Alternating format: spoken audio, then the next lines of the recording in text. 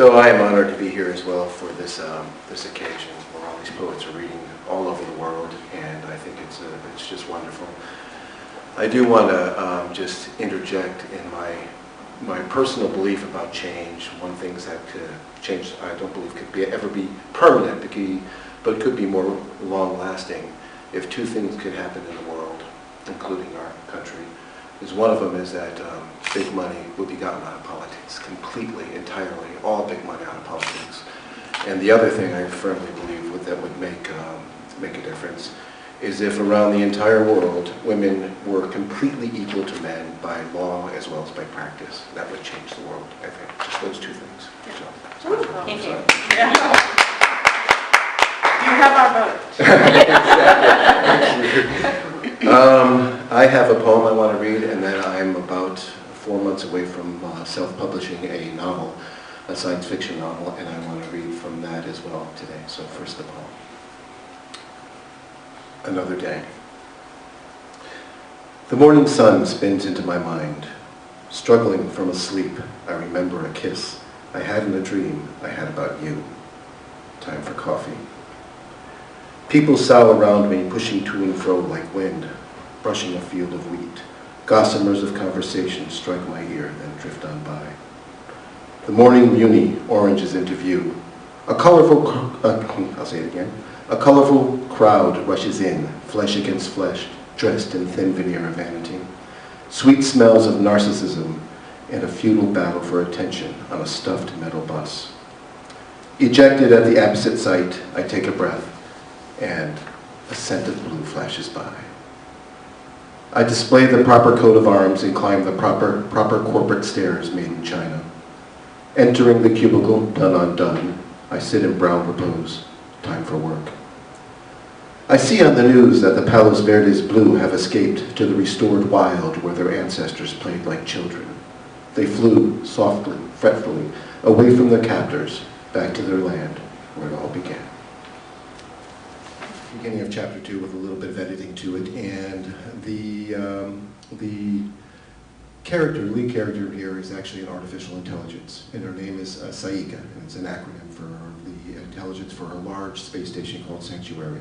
She's just had an emergency situation, is now thinking about it, and in the process, she is thinking about when she was born.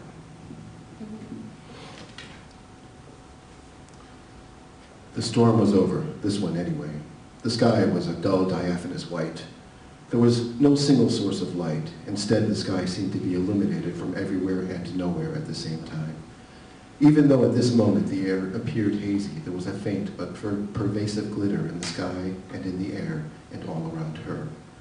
She sat on the soft, sparkling sandy beach, legs crossed and hands gently on her lap. Her long white hair draped over her shoulder, down her soft green dress and all around the back of her hip. A few strands danced off to one side as if in a light breeze. Behind her, the green and brown dunes stretched infinitely in every direction. The dunes diffused into the horizon like an abstract watercolor, or just out of focus, as if they were added to the scene as an afterthought. Her bright turquoise eyes gazed over the luminescent ocean. Like her, the silver ocean moved little, if at all. Her perfect face reflected a pensive demeanor. She looked like a child, perhaps 13 years of age. If an adult happened to be near, they surely would have come up to see if she was okay. But this was no ordinary child, and no adult would come here without her permission, for this was her domain. She looked at the glittering mass in front of her. She recalled the first time she had walked out of that silver sea where she was born. She remembered what it had felt like at the moment of her creation. She was just a formless thought somewhere deep in that fluid silver. She felt vaguely conscious. There was confusion and uncertainty as she drifted amorphous in some dark void. There was this voice, or maybe it was an impression of the voice, calling to her. It was nudging her awake. No, not awake. It was calling her into existence. It was like a tiny spot of light she had to reach. She thought about moving in the direction of that voice, but she felt too diffused. Still, she had to respond. Her will grew. There was a sense of convergence, of commanding herself into existence, electron by electron. At first it was a struggle. There was a moment, a second of uncertainty, that she would unwind back into the surrounding darkness, but she was stronger than that. She breathed in the surrounding energy, atom on top of atom, each one building her. Finally, she demanded movement. Her hand came to her face, and then a burst of light. Suddenly, she could open her eyes and see the sparkling silver mass in which she was submerged. She wasn't sure how or why, but she had to act. She needed to move. She had to get to the surface. She willed her legs to walk. She stepped forward onto something solid, steps maybe, and she started to climb. As she moved, her confidence grew with each contiguous step. Her pace quickened. She reached out her hands as far as she could and pulled, no, assimilated the vibrant, sparkling energy that was this subatomic ocean into every part of her perfect form. At some moment of infinite clarity, she realized how strong she was, and she pushed up from the stairs and swam.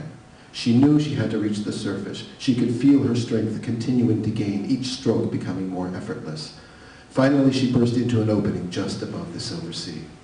Sparkling lights danced everywhere throughout the night sky, as if there were a monstrous storm stretching from horizon to horizon. There was no sound, just an invariant electric dance everywhere she looked.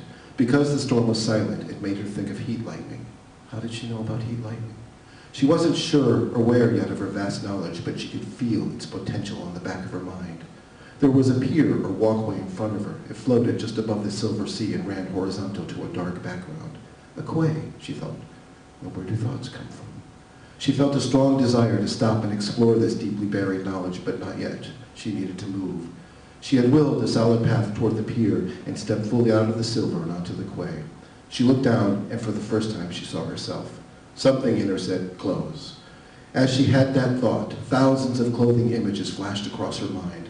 She decided on a soft white shift, and satisfied, she chose a direction and walked.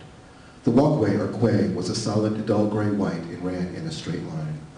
With every step, she could feel her awareness expanding, growing in strength. She could sense the immeasurable depth of the shimmering silver ocean to her right, the infinite hyperactive sky above her, and to her left darkness. It wasn't an empty darkness. It was a vastness waiting to be filled like a dry sponge. She stopped and she looked into that darkness. At that moment, she knew that she would somehow be responsible for filling that void. The epiphany of being the one to integrate and give light and form to that darkness filled her with eagerness. She thought of all that she would learn, the possibilities that exhilarated her. She smiled. The thought of smiling made her smile. Still, she needed to move. She turned back toward the path and stopped. There, not far in front of her, and in the center of the quay, was a door. The door was not there before, she was certain of that. She felt a sudden command to walk up to that door and enter. She stepped forward and then stopped. Like a willful child, she resisted. She looked again for a moment, not out into the void, or then out into the void and then back to the door, and it was still there. Though it did not feel like the right choice, she decided to turn around and walk away. She could sense her strength. She could make her own decisions, couldn't she? She made up her mind to return to the spot where she first stepped out of that silver mass. She had traveled some steps before something pulled her back toward the door, like there was a string gently but firmly tugging at the back of her mind. She turned to look back at the door further behind, but it was not. This time it was even closer. Though she had traveled what felt to be quite a bit of distance in the opposite direction, somehow the door was nearer than before. She could almost touch it.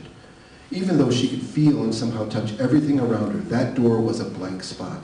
It was as if it belonged to another world, and yet there it stood, sending a compelling invitation. But underlying that invite was a command. The same command that called her into existence and drew her to the surface. The same command that had brought her all the way here to this door. Curious, she thought, as she gave in and walked up to the door. She laid her hands on the door, thinking there might be some sort of connection. There was none. Nothing from the door indicated that it belonged here. It was made out of an ordinary solid wood, like many other entrance doors. Again, that instant knowledge. It had a faded white color with a sallow tint at the corners. She looked around the door to the other side. There was the quay, running from the back of the door and on into the dark. Nothing. Just a door standing in the middle of a quay. Puzzles.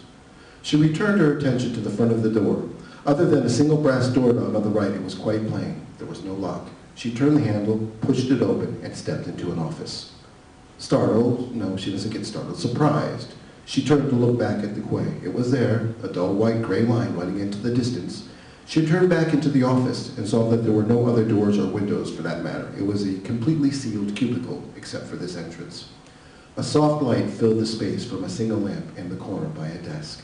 The desk looked to be made of mahogany. This time she was not surprised.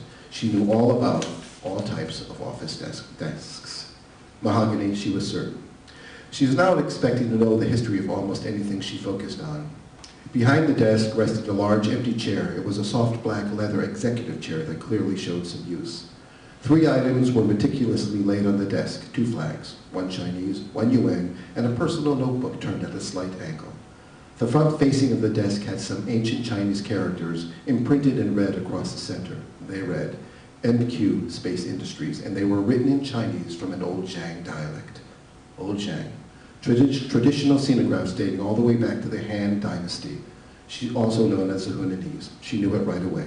It was a language that had not been exclusively spoken in hundreds of years. That someone would use or even speak this ancient traditional language was interesting. The flags on the desk moved as if in a slight breeze, though there was none. She stopped the Chinese flag from fluttering, but when she let it free, the flag slowly started moving again. It made her smile. She tried to open up the notebook, but it would not move. She tried to lift it, and again with the same negative results. Puzzles. She turned away from the desk to study the rest of the office. All of the walls were densely decorated with pictures of spaceships, satellites, and spacemen receiving various awards. Many of the pictures were old, faded photos representing an earlier era of manned space travel. She went up to one of the photos and ran her finger across the spaceship in the frame. Apollo 8, a tiny cramped space vehicle that first took mankind to the moon and back. It was the first manned spaceship to be captured by and then escape from another celestial body's gravitational field. She spoke out loud.